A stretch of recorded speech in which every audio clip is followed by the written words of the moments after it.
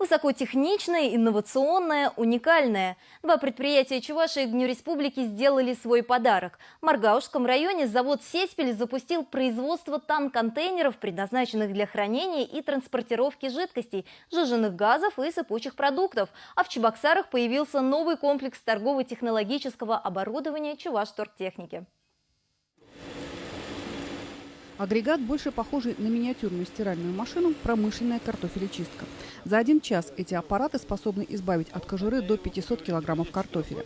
Пользуются спросом и тестомесы, и мясорубки, и овощерезки. Вся продукция предприятия уже прошла своеобразный тест на универсиаде в Казани и на олимпийских объектах в Сочи. Так что к футбольному мундиалю тоже были готовы. Правда, и здесь открыли для себя новое направление – производство чешуйчатого льда. Его создают специальные генераторы, а футболисты используют в случае получения травмы.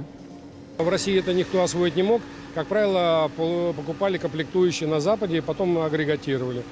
Но мы посчитали, что технологически мы спокойно можем это сделать. Мы сделали.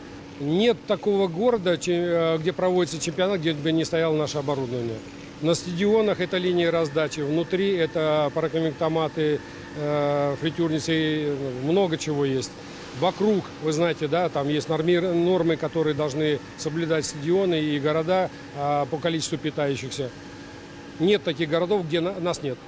В стенах нового производства планируется выпускать оборудование, которое ранее не производилось в России. Предприятие уже обеспечено заказами на 100 миллионов рублей.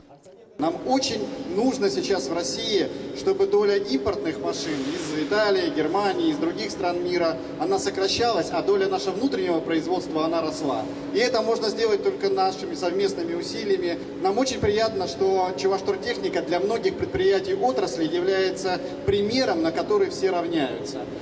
Равнение на импортозамещение держит и на предприятии «Сеспель». Сегодня почти 90% танк-контейнеров заводят из-за границы.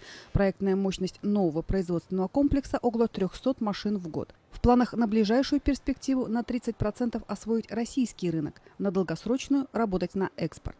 Современный завод удалось построить всего за 3 года благодаря всемирной поддержке и республики, и федерального центра. Вот то, что совмещается процесс производства и реализации, демонстрации продукции, это очень важно, потому что сейчас мы должны доказать с потребителям, и не только российским, о том, что наша продукция имеет высочайшие технологические характеристики и превосходит иностранные образцы. А это можно доказать только когда человека привести на производство и показать ему, как это производится. Потому что когда люди видят, какая высокая культура производства, какие новые технологии здесь применяются, у них сомнений нет, что это предприятие мирового качества. Поэтому вот, к сожалению, таких площадок у нас в России других нету. Она сегодня такого уровня первая, но я абсолютно уверен, что она послужит примером для других производителей по всей стране. Планка на современных предприятиях поднята очень высоко. Это отметили и специалисты, которых сложно удивить культурой производства и технологиями. Очень чистое производство, организованное. Я вижу, что и будут успехи. Чувашторгтехники, у них уникальное производство, которое производит большую номенклатуру кухонное оборудование. И я видел, что есть возможности поставки на экспорт в Японию. Я хотел бы развивать такое направление. Светлана Позднякова, Алексей Еникин, Владимир Владимиров, Павел Иритков. Вести Чувашия.